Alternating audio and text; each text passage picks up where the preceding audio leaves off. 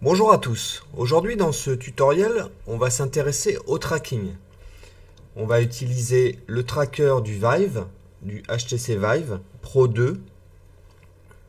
Et l'idée, dans un premier temps, c'est de déconnecter le headset, le casque, qui n'est pas utile et qui, j'imagine, va prendre des ressources à l'ordinateur.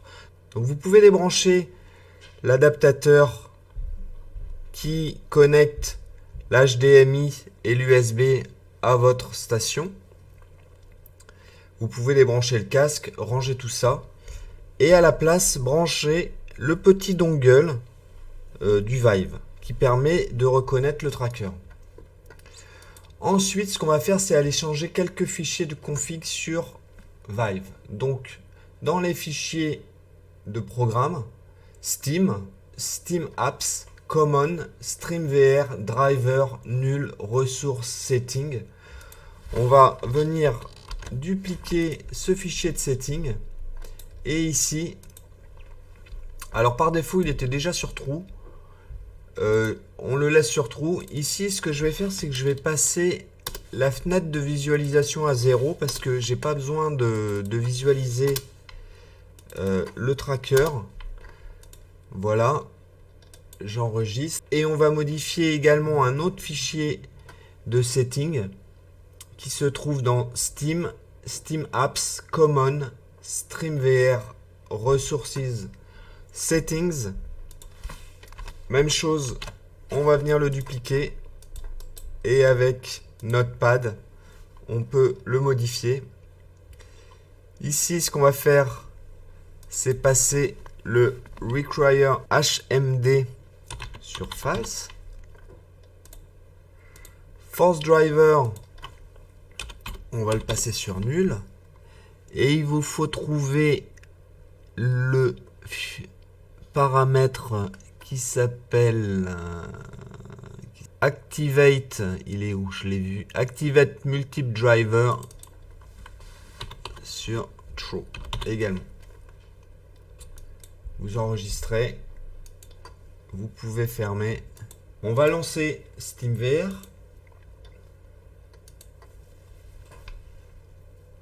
Et la première chose qu'on va regarder, c'est ici dans les settings, le StreamVR Home, on va bien le passer sur Off. Donc pendant qu'on est dans les settings du Steam, il y en a un paquet de settings. Personnellement, moi j'ai modifié ici le SteamVR Always on Top pour avoir cette fenêtre qui passe derrière l'Unreal. Et je suis allé également modifier le turn off display, je l'ai mis au maximum, même sur le contrôleur, même si normalement les contrôleurs ne sont pas utilisés. Au niveau de l'audio, de la vidéo, des contrôleurs, on n'a pas à les utiliser pour le moment. On reviendra dessus pour voir pour tester le contrôleur. Ce qui est sûr, c'est que le tracker, on va le passer en rôle caméra.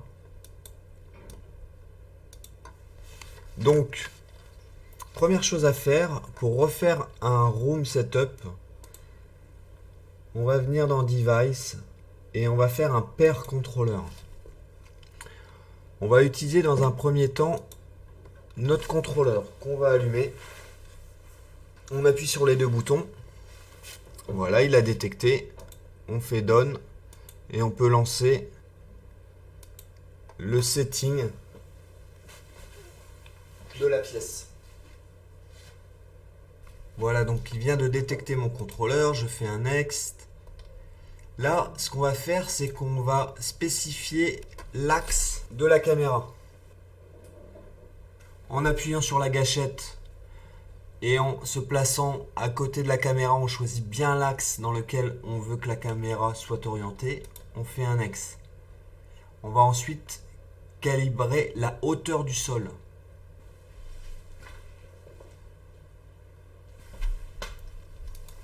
Voilà. Et la dernière étape, c'est de venir tracer une zone de déplacement On voit ici nos bases et notre contrôleur. La zone de déplacement n'est pas forcément utile ici, mais c'est plus quand on utilise le casque. Mais on va la tracer quand même.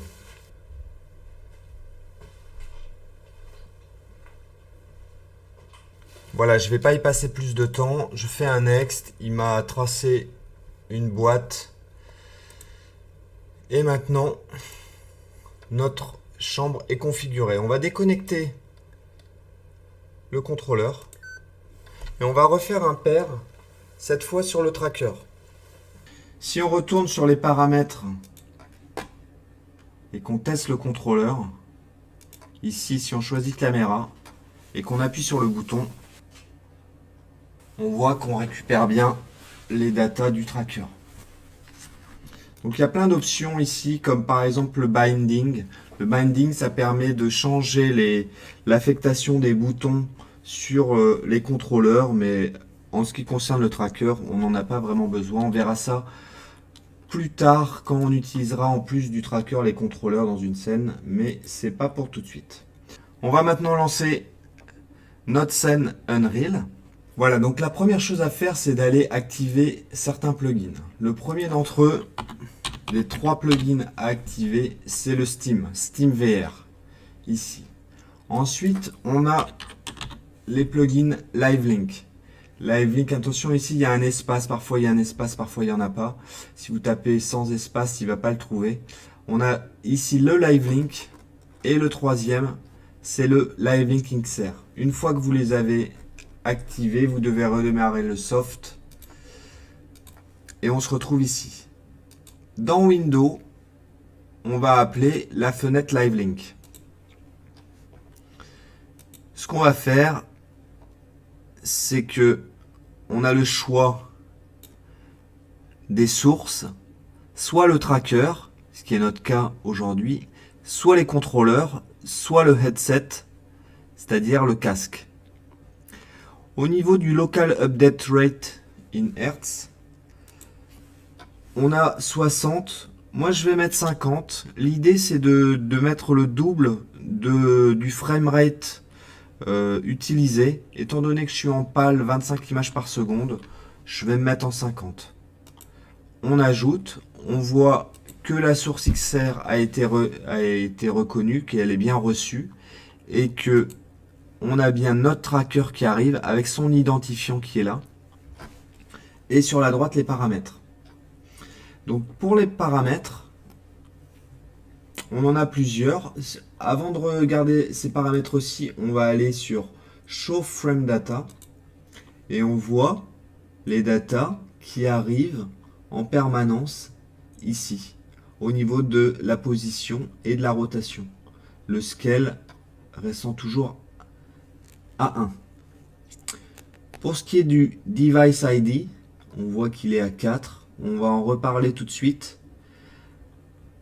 C'est un tracker et son identifiant, sa référence, est ici.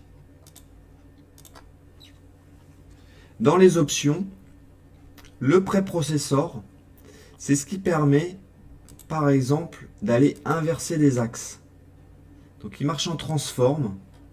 Si on sélectionne transform et qu'on vient ici, on a la possibilité de lui dire que en fait le X c'est du Y, que le Y c'est le moins Z et que le Z, vous l'aurez compris, peut être autre chose. On va pas l'utiliser pour maintenant. Donc il y a plein d'options que je vais passer.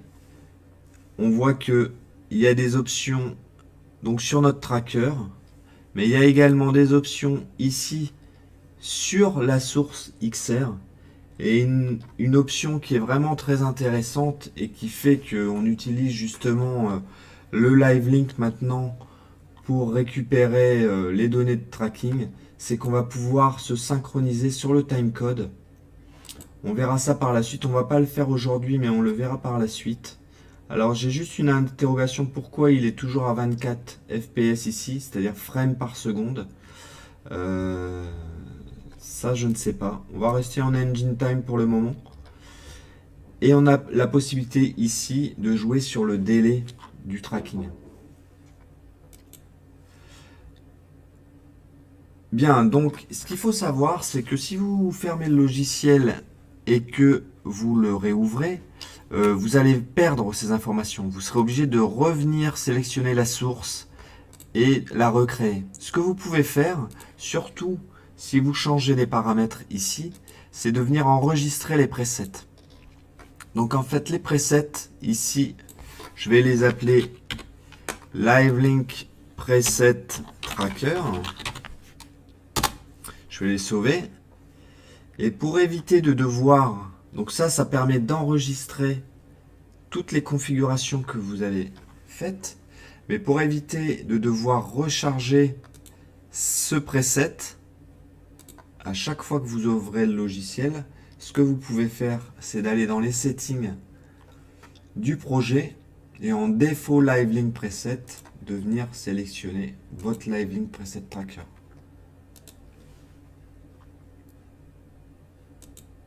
Voilà. Donc dans un premier temps, ce qu'on va faire, c'est une ancienne méthode pour récupérer les données de tracking. Donc on va mettre ça, alors on pourrait le mettre dans un pawn ou dans un acteur, peu importe. Je vais choisir pawn. Je vais l'appeler BP Tracker. Donc l'ancienne méthode, qui est intéressante à connaître quand même, on va créer un cube. Voilà, que je vais changer de couleur. L'ancienne méthode consiste à aller justement chercher l'ID du device qu'on utilise. Et pour cela, on va faire un get valid tracked device ID. On va faire une boucle. Et on va faire un print string.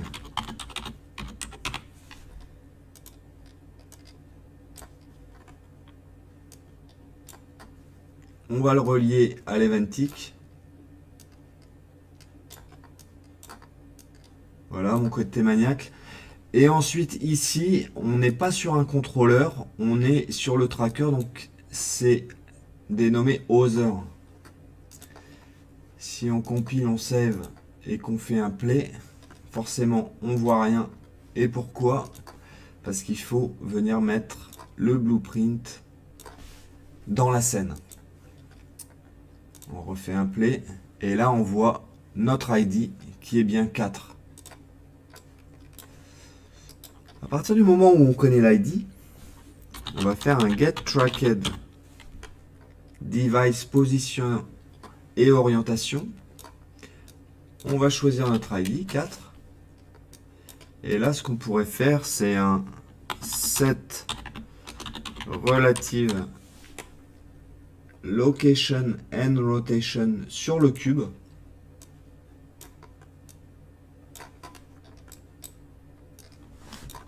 Voilà, Alt pour déconnecter. Maintenant, vous savez.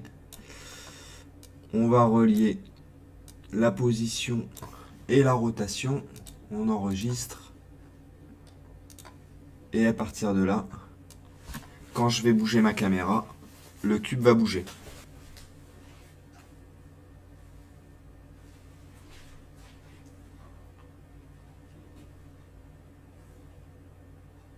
Alors cette solution fonctionne très bien. Le seul problème, c'est qu'on n'a pas cette option justement de se synchroniser sur le tracking. Ici, on n'utilise nulle part le live link.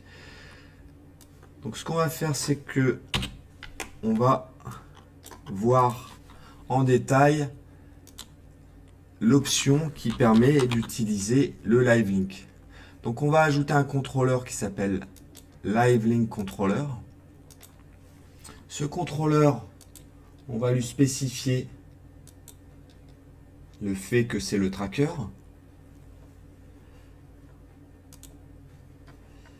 Et à partir de là, ce qu'on peut faire, c'est un evaluate live link frame. On reprécise que c'est notre tracker. On pourrait même venir le promouvoir dans une variable qu'on pourrait appeler tracker. Voilà. Si on en avait plusieurs, on pourrait l'exposer. Voilà, notre tracker est bien précisé. Ici, dans Data Result, on peut faire un break live link transform blueprint data. Rebelote sur les informations de frame et pas statique. On a vu tout à l'heure ici dans live link qu'on avait deux types de données, les statiques qui ne disent pas grand chose, qui disent qu'on supporte la position et la rotation uniquement, ou alors tout ce qui était dynamique, voilà, la position, la rotation, et ici, alors c'est pas dynamique, mais c'est des informations qui concernent le tracker. On refait un break.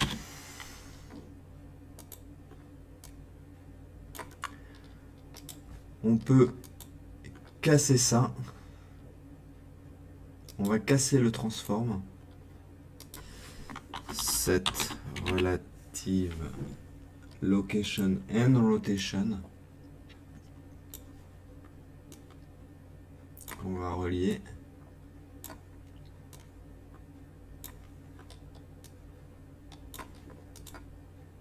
Et quand je fais un play, on voit que le cube va bouger quand je bouge le tracker. Alors ce qui est très intéressant de constater, c'est que si jamais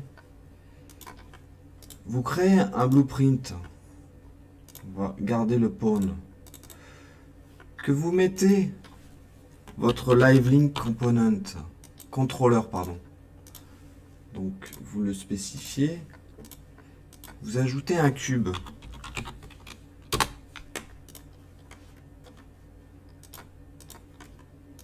Et que ce blueprint, vous venez le mettre sur la scène, vous voyez qu'il s'est déplacé automatiquement.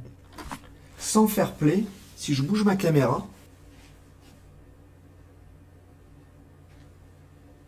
on voit que le cube se déplace. Ce qu'on peut faire ici, c'est sur le Live Link Controller, ajouter un event qui est onLiveLinkUpdated. Hop là. Qui va remplacer l'event tick.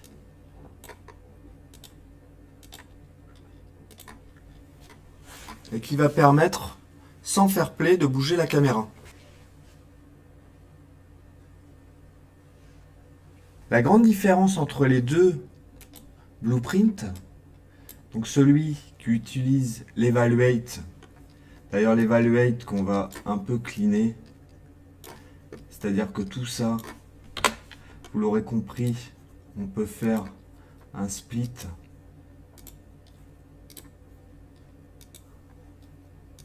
et raccorder. C'est quand même bien plus pratique. La grande différence entre ce blueprint et celui-ci, qui au final fait quand même la même chose,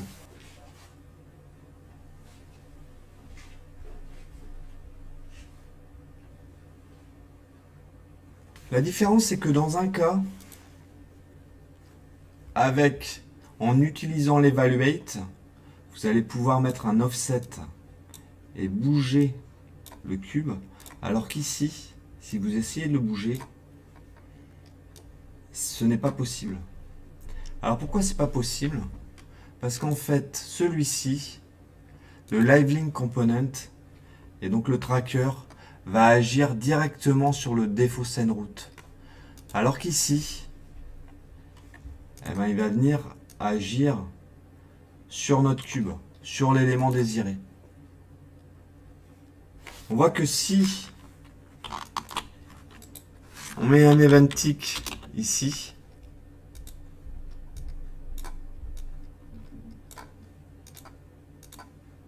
on ne peut pas le jouer en live. D'où l'intérêt d'utiliser cet event. Voilà, on va vite s'apercevoir malheureusement qu'il y a un problème, c'est-à-dire qu'il nous manque deux données sur notre caméra, qui sont le zoom et le focus.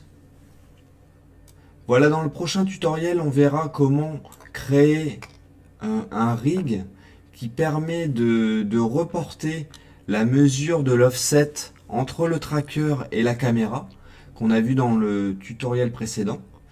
Merci de m'avoir suivi et à bientôt.